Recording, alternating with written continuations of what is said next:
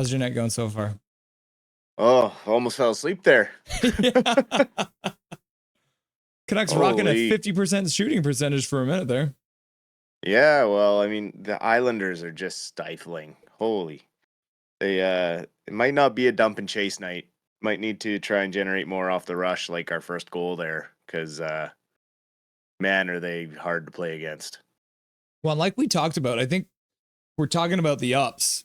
I think one of the ups that we had tonight was actually the fact that the Canucks had started coming out. They actually looked pretty good in those first couple shifts. Mm-hmm. And then they took the penalty. And that's kind of, I think, where things changed, because that's where I feel like. So the up is they started well. Lekkerimäki scores his first career goal, which is great. Penalty goes. Yes. And then the Islanders just took over from there. Yeah, well, I think it happened even sooner than that, actually. I think, obviously, Lekkerimäki, congratulations, first NHL goal. That's huge. We scored first.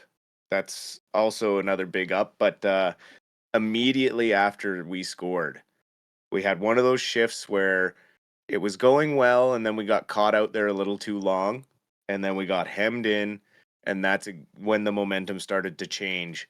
We stopped moving our feet. We started getting behind the play, and then, yes, led to the penalty, which, in my opinion, was a bit of a iffy call, the first one on Lekkerimäki. Mm-hmm. That one could have gone either way, honestly. Could have been interference on Horvat, too. But overall, it's just really sloppy hockey by the Canucks. For whatever reason, the puck seems to be bouncing on us. We're catching edges in the offensive zone. I think I saw about Joshua. Looks like he's struggling out there a bit. He fell, I think, 3 times. I think Ratu caught an edge in the corner. There's been about 4 or 5 of our guys fall down. So I don't know what's up with that, and we need to shake the cobwebs out. We're getting out hit for the first time in a long time. I think they started picking it up a little bit as the game went on. You saw a couple hits happening, but you saw an almost a carbon copy play for the 2 shortest guys on the team, Hoglander and Garland, in the corner, head up, trying to make the pass. But by the time they tried to make the pass, the puck had rolled off their stick, and then he just whiffed on the pass. So not great to see that as well, because I think they're looking, but then if the puck's not there, it's not going anywhere. Yeah, it was just a sloppy period. Lucky to get out of it tied, I think. Islanders didn't really generate much either until their second power play, and ultimately led to them getting a power play goal. Myers almost had that one. Is kind of handcuffed him a bit because he's so tall. Mm-hmm. He tried to stop the pass, and just on his backhand there, it's just an awkward play. Overall, I think they just need to clean it up. There's not really much else to say about it. That was not a great period from the team, other than the first goal. That was really the best play we had. I think that's the only play I remember that we did that was good. Well, going back to Myers' stick too, and I know for myself when I was playing, there was a while there where I wasn't sure lengthwise what I wanted to do with my stick, because I've always been more, you know me, I'm more of like a dangler, more of like a that kind of thing. But I did like a little bit of a longer stick because I was playing defense. So it was great for the poke check and stuff. But the problem with a guy like Myers, who's so tall with the super long stick, when the play happens all up in his feet, it's hard for him to get the angle to get the stick into the right spot. And if you watch the replay, you'll see that where he's pulling his stick back towards him, but then it ends up going essentially right between his feet and his stick. So maybe Myers needs to look at maybe shortening up his stick, because for me, when I switched over to forward, I think I made my stick another couple inches shorter just to be able to stick handle better. Do you think for a guy like Myers that would even work to have a bit of a shorter stick? I think just on that play, he should have just taken the body. If he knows that guy is there back door, turn around and tie up his stick, because that's going to be much more successful of a defensive play than trying to stop that puck. Because if you try a different tactic to stop the puck, like putting your whole stick down across the ice, he likely tips that right into our own net. And even with his blade there, he might have tipped it right into the net. So I think the appropriate play on that one would probably have been just turning around, taking the body. Yeah, and there was some time there too. Like Lee was just sitting there felt like he had an age to make Well, that pass across. yeah, that whole power play there, they just kind of lull you into sleep. They just pass around the outside and kind of wait, and the Canucks got really passive, which is unusual for our penalty kill. We usually are a little more aggressive and hard on that puck, but I think I don't know if our guys were tentative because the way the puck is bouncing, they just feel like they're gripping the sticks a little tight. But if they just loosen up and start throwing their hits around, and I'm not sure if it was just the emotion and energy from Lecker getting his goal. It just kind of threw everyone off, and then Joshua getting his big ovation in his first shift there. Hopefully, the boys can just refocus, reset. We're not we're it's tie game. Let's go back out, get the first goal in the second here, and push play and keep the momentum down in the Islanders' end for a bit. Yeah, these young guys got their adrenaline pumping. Maybe they're just a little, they got a little too much caffeine in their system, essentially. But Yeah. speaking of Joshua, back. The Dak attack is back. Oh, so good to see. Obviously, he didn't look great, but No. that's to be expected. Yeah. And it's kind of come out the way that we thought it would. He's inserted onto the fourth line. But even if you're looking at it as it is, right? Hoglander, Ratu, and Dakota Joshua as a fourth line is wild. Yeah, I mean we're pretty rich right now for depth. That's not a secret. Um, but yeah, he looked like a guy who's playing his first preseason game out there, right? Trying to get his feet under him, trying to get up to game speed because it's a much different beast than practice. You can push yourself as hard as you want in practice. It is not the same thing. So he's I'm sure elated to be back. The fans are clearly very excited to have him back. The second he throws a big hit or is involved in a play around the net, the place is going to go nuts and you won't be able to hear a thing. So um, he's the team glue guy. He's just that personality that seems to push everyone to be their best self. The little tussle with him and Garland turned their relationship into best buddies. Um, Talkett says like it's like making a major trade, getting him back. So that's pretty high praise for the type of guy that he must be. But obviously he missed camp, so we need to be patient with his stamina and finding his game speed. Because I know as Canucks fans, we always want the most right away. Right. But there's certain situations like recovering from cancer Mm-hmm.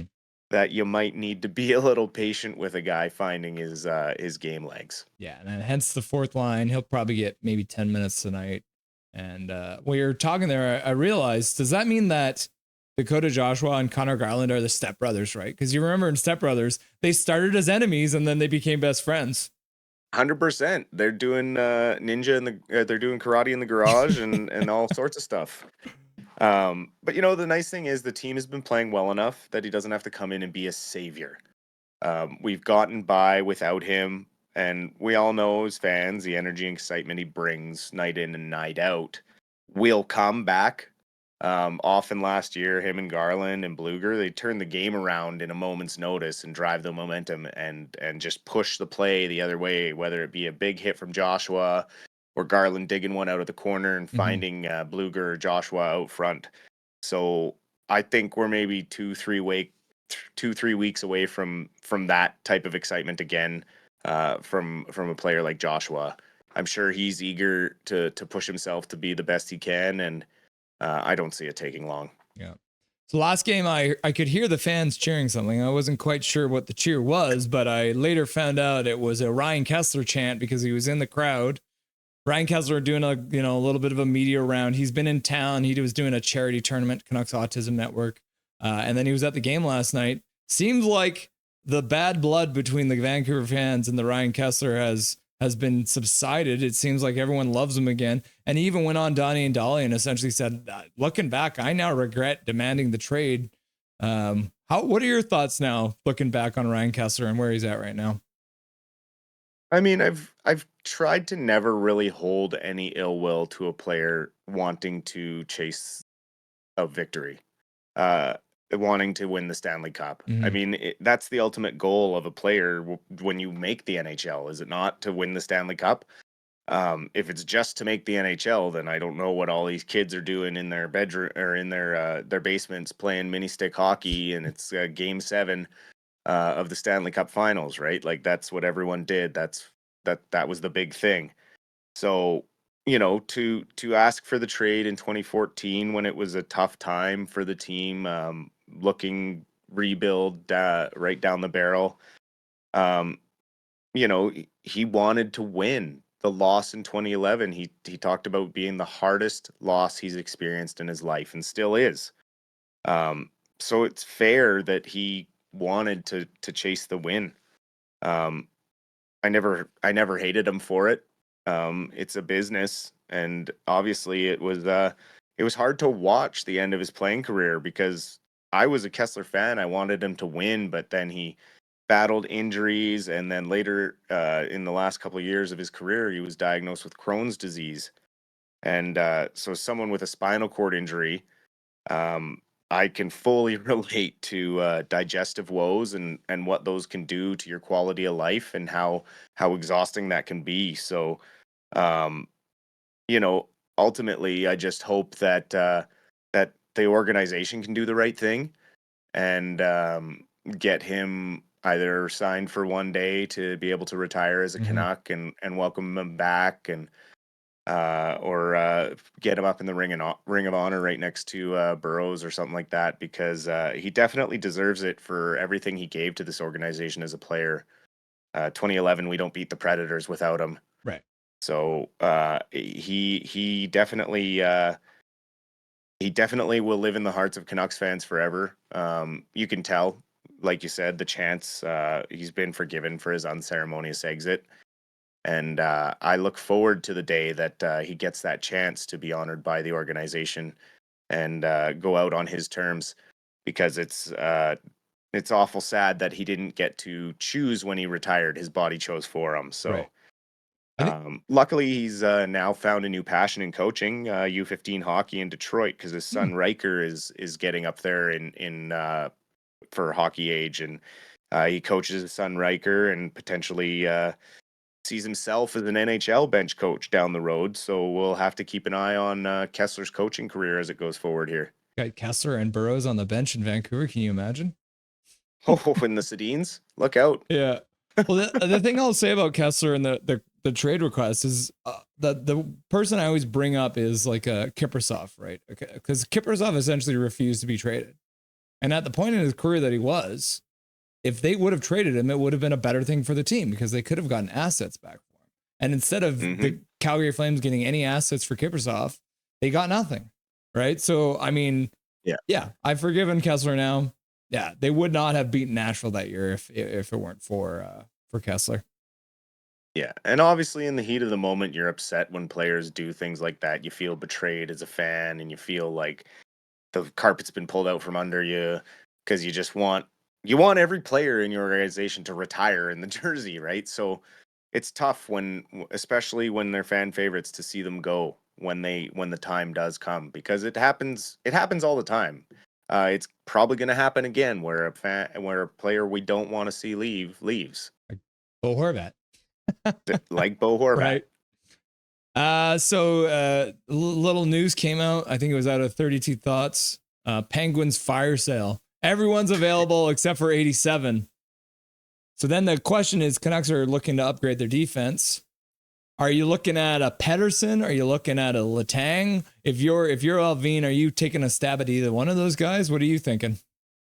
Yeah, no, they definitely signaled that with the Lars Eller back to the Capitals as the Mhm. first domino, but you know, Marcus Pedersen, obviously, of the two, would be more of a valuable consideration. He could be a nice addition to the blue line. Obviously, he's about a $4 million cap hit, 28 years old. Um, no real no real holes in his game. He brings some offense, a little more offense than Myers or Susie or some of our other bottom guys. So that could help take some of the pressure off of Hughes. Letang's 37 years old. He'd be a great veteran for a cup run, but he's a $6 million cap hit. He's injury prone, and he's signed until he's 41 years old. So Ooh. I don't think you want to take that contract on if you're the Vancouver Canucks at this point, when we're focused on youth and speed and building for the future. I just don't think Letang would be a smart move. I do feel awfully bad for Crosby though, after taking the discount to help stay competitive, and now less than 2 months into the season, it's like, nope, sorry, Sid, we're done. We're blowing it up. Well, Sid said he wants to retire as a Penguin, so maybe we just do a quick reband mid-season. You know, the Vancouver Penguins, just really fool him. We can go back, because even the jersey, like you're wearing the black skate tonight, that's pretty similar to like a kind of a Pittsburgh look. So maybe we can fool him into coming down and helping us out. He'd be a great third line center for us. Absolutely. $8 million third line center. Yeah. Yeah. But like in defense and in trading for a defenseman here, I actually see the name a bit, Keandre Miller, online. And that I think would be an interesting avenue to check out for the Canucks. He's 24 years old, 6'5", 216 pounds, plays, averages 21 minutes a game since he's started with the Rangers. So he might be someone that Alvin's looking at as well in the background, because he's the $3 million cap hit. He's still RFA when it expires. So he's the type of player that Alvin would likely be looking at as someone who can build as with the future. Yeah. And solidify our top four a little more firmly. Cool. Awesome. We didn't quite get to the Abbey Canucks, just a little quick news from them, but we can cover that during the post-game show. But let's hop back into the action, and we'll see you at the end of the game, brother. Absolutely. Enjoy. Nothing is perfect.